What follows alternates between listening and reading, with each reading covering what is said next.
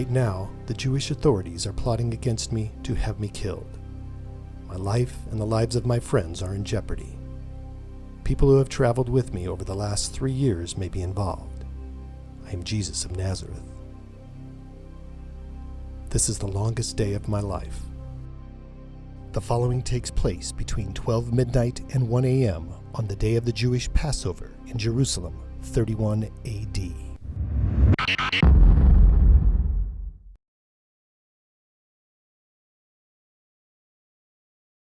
If you have seen the show 24, then you know exactly what that was all about. If you have never seen the show 24, let me explain it to you. It started in November of 2001. I never carried it. I never watched it when it was going on. But last summer, my daughter said, "Dad, you've got to watch this show 24." And I don't like watching television that much. But because she pleaded with me, I started watching 24 with her. And I must tell you, I was absolutely hooked. This show is about a guy named Jack Bauer. He's a former Delta agent, and he works for this unit called the Counterterrorism Unit. And it just so happens that each episode in this show is 1 hour long, and the show goes from hour to hour to hour. So by the end of a season of 24 episodes, you've only gone through one day. Does that make sense? Now, it is a riveting show. You think you've had a bad day. Jack Bauer's wife has been kidnapped. His child has been kidnapped. The people that he's supposed to be protecting, they think that he's involved. They don't trust him. He doesn't trust people. There's lying, there's treachery, there's deceitfulness, there's betrayal. And people that he works with, people that he has confidence in, they may be involved. And he's had a really bad day. But you know, there's another time in history that is even more powerful and more riveting than the episode of 24, and that was the last 24 hours of the life of Jesus of Nazareth. And today, what I would like to do, we're going to start a sermon series about that, and we're going to take specific hours out of the time of Jesus, and we're going to look into it. And we're going to dig deep into it through this whole period of Lent. So it'll start today and it'll go for another 5 weeks. And what I'd like to do this morning is to take a look at Luke, where we pick up our story. Today we're going to be looking at the betrayal of Jesus. And the fact is that the betrayal of Jesus really started earlier in the week. It was at this point from Luke 22. And we start reading at verse 1. Now the feast of the unleavened bread, called the Passover, was approaching. And the chief priests and the teachers of the law were looking for some way to get rid of Jesus, for they were afraid of the people.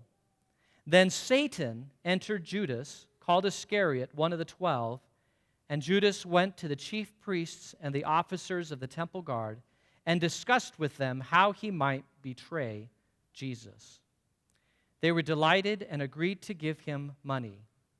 He consented and watched for an opportunity to hand Jesus over to them when no crowd was present. So the plan was set up way in advance of the Garden of Gethsemane. You may remember a couple years ago, we did a little Bible study here on the Gospel of Judas. Do you remember that? The National Geographic had found a copy of the Gospel of Judas. It had been hidden for 2,000 years. And you'll remember that in that Gospel, it said that Jesus came to Judas and told Judas to betray Jesus.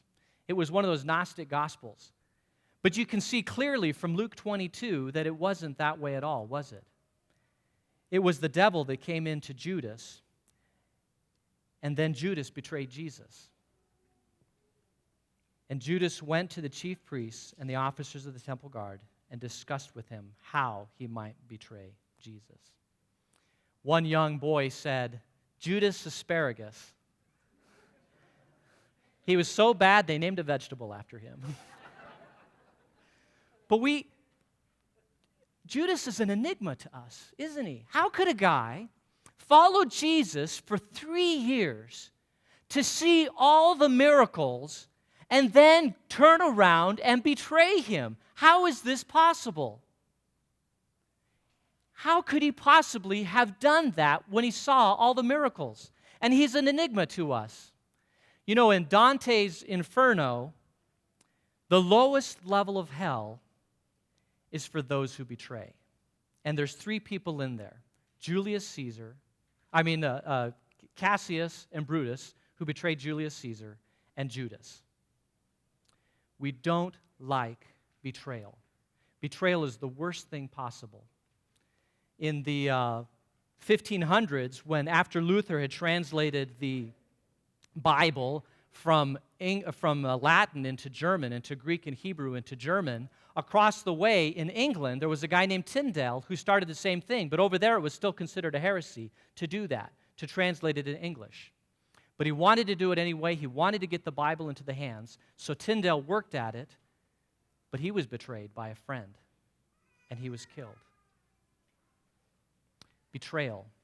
It's the worst thing that can happen. I got an email from me the other day. Actually, a couple years ago, I got this email. It's to Jesus of Nazareth, Wood Carpenter Shop, Nazareth, 35922, from Jordan Management Consultants, Jerusalem, 26544. RE, Staff Team Evaluation. Thank you for submitting all the resumes of the 12 men you have picked for management positions in your new organization. All of them have now taken our battery of tests, and we have not only run the results through our computer, but also arranged personal interviews for each of them with our psychologist and vocational aptitude consultant. It is the staff opinion that most of your nominees are lacking in background, education, vocational aptitude for the type of enterprise that you are undertaking. Simon Peter is emotionally unstable and given to fits of temper. Andrew has no qualities of leadership. The two brothers, James and John, son of Zebedee, place personal interests above the company loyalty. Thomas demonstrates a questioning attitude that would tend to undermine morale. We feel it our duty to tell you that Matthew has been blacklisted by the Greater Jerusalem Better Business Bureau. James, the son of Alphaeus, and Thaddeus definitely have radical leanings, and they both registered a high score on the manic-depressive scale. One of the candidates, however, shows great potential. He is a man of ability, resourcefulness, meets people well, has a keen business mind, and has contacts in high places. He's highly motivated, ambitious, and responsible. We recommend Judas Iscariot as your controller and right-hand man. All of the other profiles are self-explanatory. We wish you every success in your new venture. See, we're always trying to make excuses for Judas. We're trying to figure out why in the world Judas, who had spent 3 years with Jesus, why would he turn around and betray Jesus? And the simple fact is that we have absolutely no idea. We know from other Gospels, in the Gospel of Matthew, that the price was 30 pieces of silver. 30 pieces of silver today is approximately 8 to 10 months' wage for a day laborer. I don't know what that would equate to today. Some people say somewhere between $25,000 and $30,000. But we also learn that 30 pieces of silver in the Old Testament Mosaic law was the agreed-upon price for a slave. And that was the price that Judas took. But he never spent the money. He ended up taking his own life. And the answer is why? Why did he betray Jesus? And we have no idea whatsoever. That's the unique thing about betrayals, is sometimes we have no idea why people betray other people. The question I'd like to ask you this morning is, have you ever betrayed anybody? Or has anybody ever betrayed you? It happened to me once in the business world. Somebody that was reporting to me went around me, and some confidences that I shared, he shared with somebody else. I felt like that was a betrayal. And it was a long time after that before I was able to have confidence in the people that worked for me after that. Betrayal can hurt hard. And I'm sure some of you who are sitting in this office, I'm still back in the business world. Some of you sitting in the congregation this morning, some of you have been betrayed. Somebody has betrayed your confidence. But let me tell you something. You also may have betrayed somebody in your life. Somebody may have shared with you a secret in confidence, and you've shared that secret with somebody else. Even when you sin, you are betraying God. If you look at the definition of betrayal, it's basically to hand someone over to the enemy, to hand information over to the enemy. And who's the enemy? It's Satan. And sometimes we come here and worship on Sunday morning, and we're so excited about being in church, but sometimes we go out there in the world and we act as if church never happened, and we betray the one who created us, the one who worships us, that we worship. We can betray.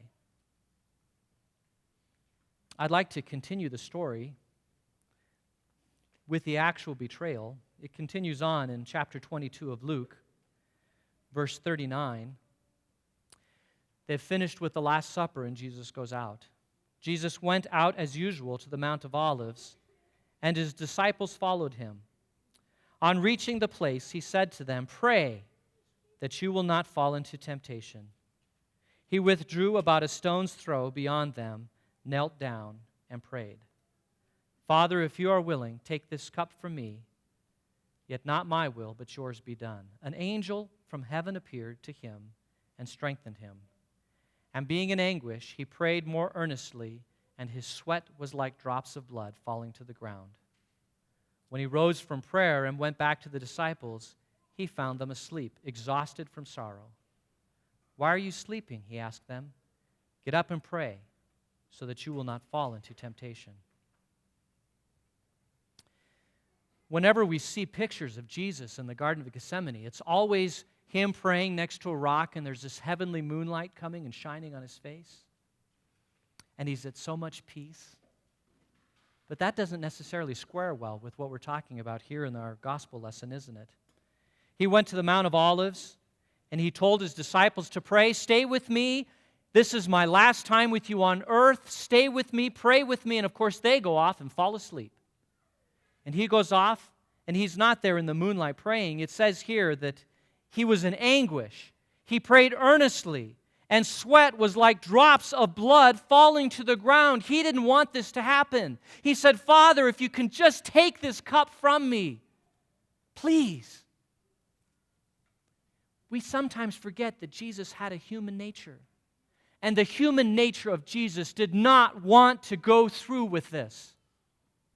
This plan of salvation that was started from the beginning of time, it came down to now. And he knew that from this moment on, it was going to be treachery. It was going to be painful. They were going to kill him. He said, "Father, please let this cup pass from me." But he didn't. He got up. While he was still speaking, a crowd came up, and the man who was called Judas, one of the 12, was leading them. He approached Jesus to kiss him, but Jesus asked him, "Judas, why are you betraying the Son of Man with a kiss?" He went forward with this Passion Week, with this next 24 hours. And he went to the cross, and it was there that he died for your sins.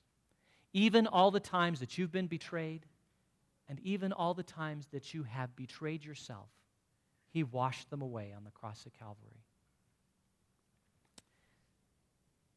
This last week, there were two events in the newspaper that I found absolutely interesting. One was that while everybody was at the Super Bowl, there was this very, very, very angry man who decided that he was going to shoot up some people at the Super Bowl. And right at the very end, he was caught and nothing happened. And why did he do that? The paper reports that he did that because he felt that he was betrayed by the Tempe government.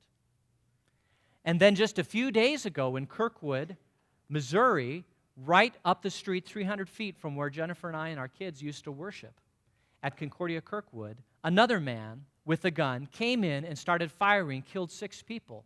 Why? Because he felt he was betrayed by his government. People don't take betrayals very well. It is very painful. But folks, let me tell you something. There is one who will never, ever betray you. He didn't betray you in the Garden of Gethsemane, and he will never betray you. It's Jesus of Nazareth. And this Lent, we're going to look at the next 24 hours of his life. In his name, amen.